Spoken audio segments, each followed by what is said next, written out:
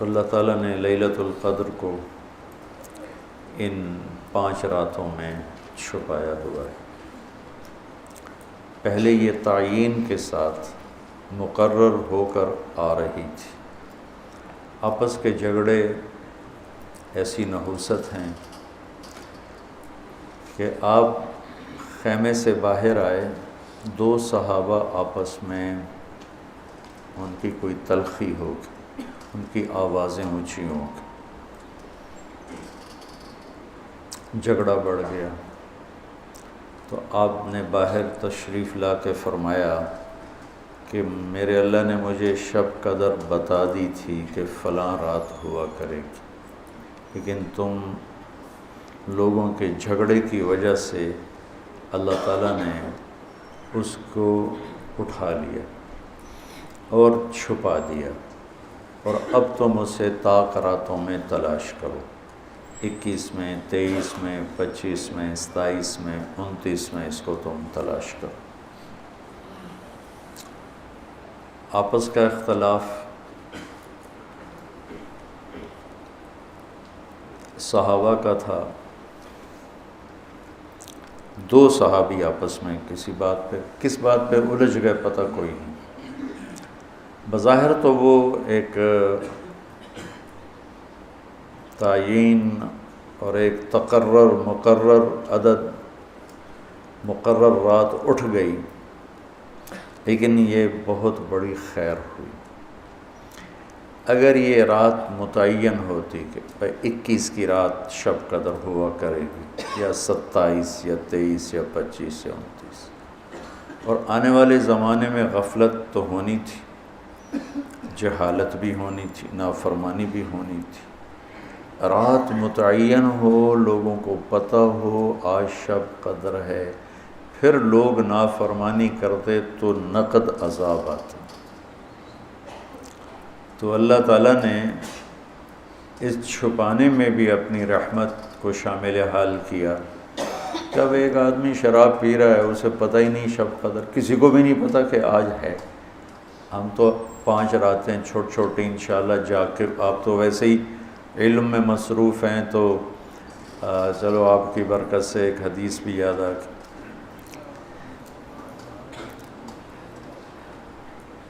ابو ہریرہ رضی اللہ تعالیٰ عنہ فرماتے ہیں مدارست العلم ساعتاً، دارس یدارس، ایک دوسرے کے ساتھ علمی محاورہ کرنا، یا جس کو آپ تکرار کہتے ہیں، مدارست العلم ساعتاً خیر من احیاء لیلۃ القدر عند الحجر الاسود۔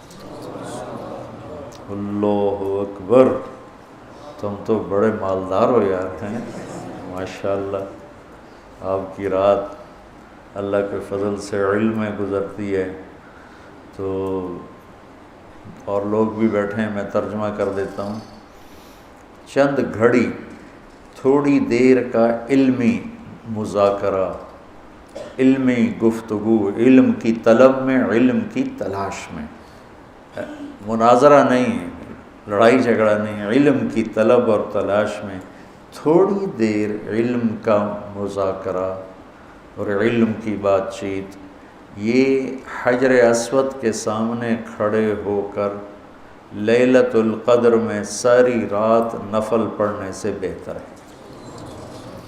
لیلۃ القدر بذات خود خیر من الف شہر ہے، ٹھیک ہو گیا، اور حرم کی ایک نیکی 1 لاکھ کے برابر ہوتی ہے، یہ بھی ٹھیک ہے، معلوم ہے، حرم مکہ کی ایک نیکی 1 لاکھ کے برابر، تو یہ رات حرم میں 1 لاکھ راتوں کے برابر ہوگی۔ 1 لاکھ کو 1000 سے ضرب دیں تو کتنا بنے گا؟ 10 کروڑ مہینے بنتے ہیں، 10 کروڑ مہینے بنتے ہیں،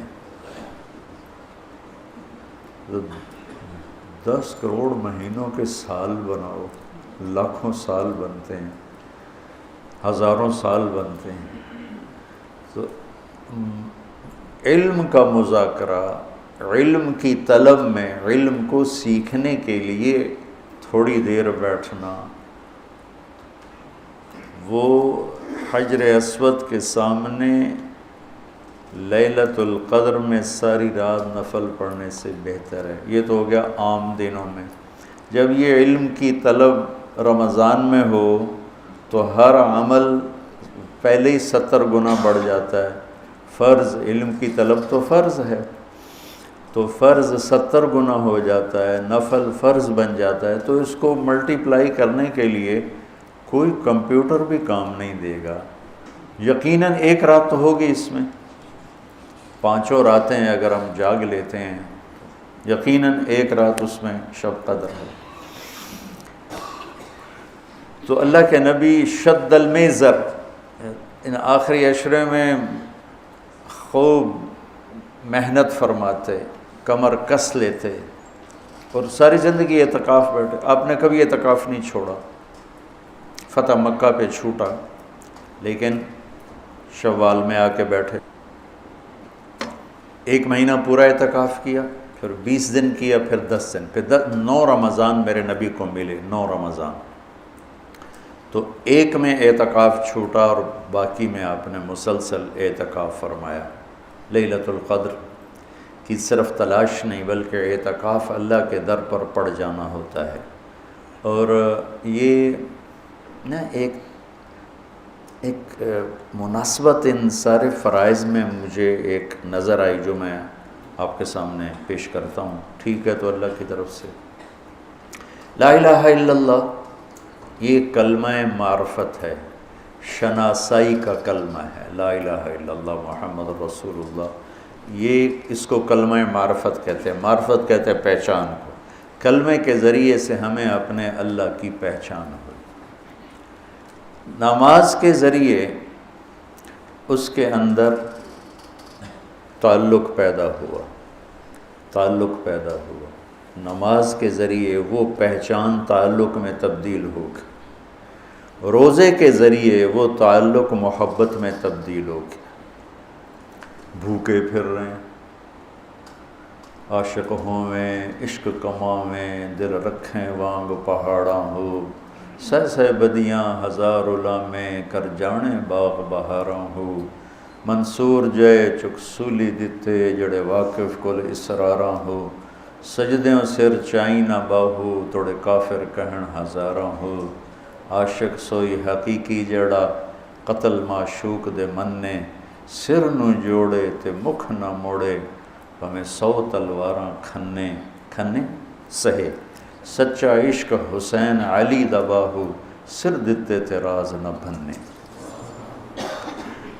لا الہ الا اللہ محمد رسول اللہ پہچان کرواتا ہے۔ نماز اس پہچان کو ایک تعلق میں بدلتی ہے، روزہ اس تعلق کو محبت میں بدلتا ہے، اور اعتکاف اس محبت کو عشق میں بدل دیتا ہے۔ اور پھر رمضان کے بعد ہی حج کا سفر شروع ہوتا ہے، پھر عاشق کو ہوتا ہے کہ معشوق کا دیدار ہو، تو احرام عاشقانہ لباس ہے، اور طواف مجنونانہ تلاش ہے کدھر ہے کدھر ہے کدھر، ابھا ڈیکھاں لمحہ ڈیکھاں، اونچے کوٹھے تے چڑھ ڈیکھاں، ڈٹھی دل کو دیواں ٹیکاں، سجن مل سم کے مر پوساں، خواجہ غلام فرید۔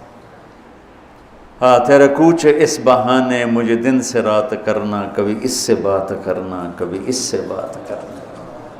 تو مطاف کوچہ محبوب ہے، اور یہ کلمے سے سفر جو شروع ہوا تھا یہ اعتکاف پہ آ کے والہانہ عشق میں بدلا۔ عشق نے پھر اس کو گھر سے نکالا، اس کو کپڑوں سے نکالا، اس کو زیب و زینت سے نکالا، اور اس کو بیوی سے نکالا، بچوں سے نکالا، راحتوں سے نکالا، تیل کنگھی شیشہ سے نکالا، اور بس صرف عاشق اور مجنوں بن کر یہ اب الحب ان یخفا وکم قد کتمتہ فاصبح عندی قد اناخ وطنبا، اذا اشتد شوقی ہام قلبی بذکرہ وان رمت قربا من حبیبی تقربا، یبدو فافنا ثم احیا لہ ویسعدنی حتی الذ واطربا۔ یہ ایک لڑکی طواف کر رہی تھی، اور یہ ہے طواف کا، یہ ہے موضوع، کدھر ہے کدھر ہے کدھر ہے کدھر ہے. دیکھو نا، نماز لگتا ہے عبادت ہو رہی، یہ ایک درس کا حلقہ ہے، لگتا ہے کہ ایک عبادت کی ایک شکل ہو رہی ہے، قرآن کی تلاوت عبادت ہو رہی ہے، ٹھیک ہے، سجدے میں پڑا ہوا عبادت ہو رہی. طواف کوئی عبادت لگتا؟ طواف تو ایک مجنونانہ پھیرے لگ رہے ہیں، پھیرے لگ رہے ہیں. یہ اس 3 شعروں کے صدقے میں طواف ہے. اسماعیل فرماتے ہیں کہ میں طواف کر رہا تھا تو ایک لڑکی بدو یہ شعر پڑھ رہی تھی.